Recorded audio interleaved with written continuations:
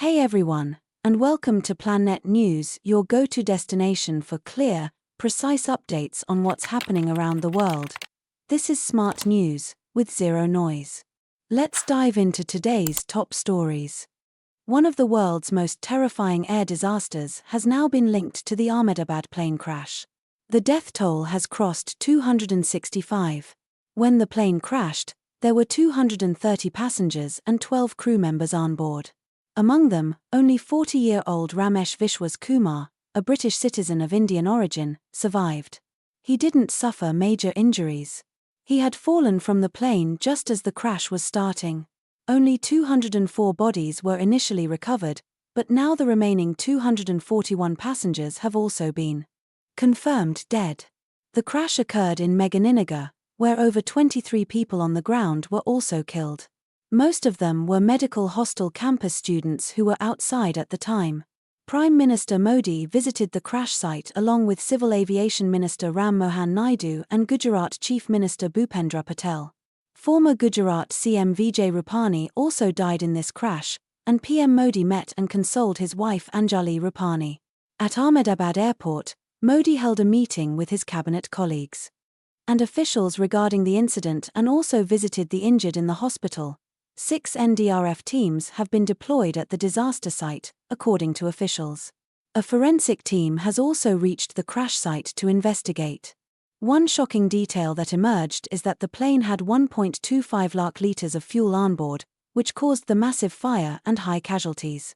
It was a long-duration flight to London, hence it had full fuel capacity. US President Donald Trump expressed his condolences, stating that India is a big and strong country and can handle this, but the US is ready to offer any help. Pakistan's PM Shahbaz Sharif also offered his condolences to the victims. The US National Transportation Safety Board stated that they are ready to assist India with the investigation if needed. However, they also clarified that there is no immediate reason to ground Boeing 787 planes. 7 video clips of the crash were reviewed, and none pointed to any specific safety issues with the Boeing aircraft.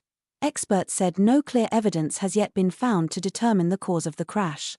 Locals near the crash site said it felt like an earthquake with a loud explosion, which prompted them to rush to the scene. At a time when tensions between India and Pakistan were easing, the Navy chief made a bold statement about Operation Sindhur, stating the operation is still ongoing and that he stands committed to his words. He emphasized the changing nature of modern warfare, where non-contact warfare, drones, and loitering munitions play a major role, making counter-drone systems and air defense extremely important. New weapons are being developed, and the nature of war has changed so much that it would have been unimaginable 10 to 12 years ago. Though Operation Sindhur has been formally passed, the mission is still in progress. Following the Pahalgam terror attack, India had withdrawn or passed the Indus Waters Treaty Agreement with Pakistan, causing severe water shortages in Pakistan. The Indus River System Authority, IRSA, reported that Pakistan had already released 11,180 cusecs more water than received. This will result in 21% water shortage at the beginning of the Kharif season and 9% at the end. Water levels in the Tarbela and Mangla dams have also decreased significantly. International media reported that Punjab's agricultural yield has dropped by 20%, with cotton and maize production declining from 30% to 15%, and wheat production by around 9%. Pakistan's situation is likely to worsen. Meanwhile, India is dredging dams in Jammu and Kashmir, increasing their water storage capacity. Although India won't completely stop water flow due to international laws, even stopping its own share of water will trouble Pakistan. Their economy has adjusted to receiving free-flowing water, which is not guaranteed by the treaty.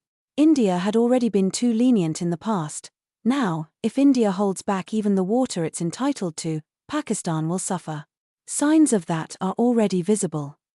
In the Middle East, a new war has broken out. Israel has attacked Iran's nuclear plants and military sites, targeting a total of 100 sites using 200 aircraft. As a result, Iran's Revolutionary Guards Corps Commander-in-Chief Hussein Salami and Chief of Staff General Mohammad Bagheri died, along with at least 6 nuclear scientists. A major explosion was reported in Tehran on Friday morning, and Iran's air defense systems were on full alert. Following this attack, Iran has declared a state of emergency. Israel's defense minister stated that Iran will retaliate, possibly with drone and missile strikes on Israel. Hence, Israel has also declared a state of emergency. Iran's foreign ministry blamed the US, claiming that such an aggressive attack would not have been possible without American support. Iran's oil ministry clarified that none of their refineries or oil depots were damaged, and operations continue as usual. US President Donald Trump responded, saying Iran will not be allowed to develop nuclear weapons, and that the US will resume negotiations with Iran. However, some Iranian leaders may not participate due to the deaths of key figures. Trump and US Secretary of State Marco Rubio emphasized that the US military was not involved in Israel's attack. Iran has now closed its airspace due to the conflict, forcing at least 16 Air India flights to reroute. Jordan and Iraq have also closed their airspaces. India's Ministry of External Affairs expressed deep concern and urged both nations to remain calm and resolve the issue through dialogue. India is in contact with the Indian community in both Iran and Israel, advising them to stay safe and follow local security advisories. In Myanmar, Pakistan faced another embarrassment. Myanmar insurgents claimed they shot down the JF-17 Thunder fighter jets jointly made by Pakistan and China. The People's Liberation Army, an insurgent group fighting the military, made this claim. In the Sagaing region, clashes lasted 4 days, and the rebels claimed they downed the aircraft using just a Browning machine gun, not a missile or advanced system like the S-400. This undermines Pakistan's earlier claims of using the same jets against India's S-400. Myanmar's military administration denied the rebel claim, saying the fighter jet crashed due to a technical engine failure near Main Taing Pin village during training. Previously, the Myanmar government had complained to Pakistan about defects in these jets, even halting their use. Meanwhile, attacks on the Pakistani army continue. Baloch rebels targeted a convoy using a remote-controlled IED in Mastung, Balochistan, killing 4 soldiers and injuring 3. The vehicle was completely destroyed. In the US, President Trump faced a major setback in Los Angeles regarding the deployment of National Guards to control protests. A federal court temporarily blocked the order, stating military operations must remain limited and under the control of California Governor Gavin Newsom. As a result, the curfew continues. The protests have now spread to Washington, D.C., Nebraska, Massachusetts, and Pennsylvania. China gave some good news to India regarding rare earth materials. It has agreed to hold talks on lifting export restrictions and wants to enhance cooperation for global production and supply chain stability. China already approved exports to the US and EU, raising hopes that restrictions on India may also be lifted. In South Africa, continuous heavy rainfall has caused floods, killing 78 people and injuring many others. The Meta region and surrounding areas are the worst affected. So friends, this was today's World Update. See you again soon. Thank you for watching. We'll see you in the next video with more news and updates.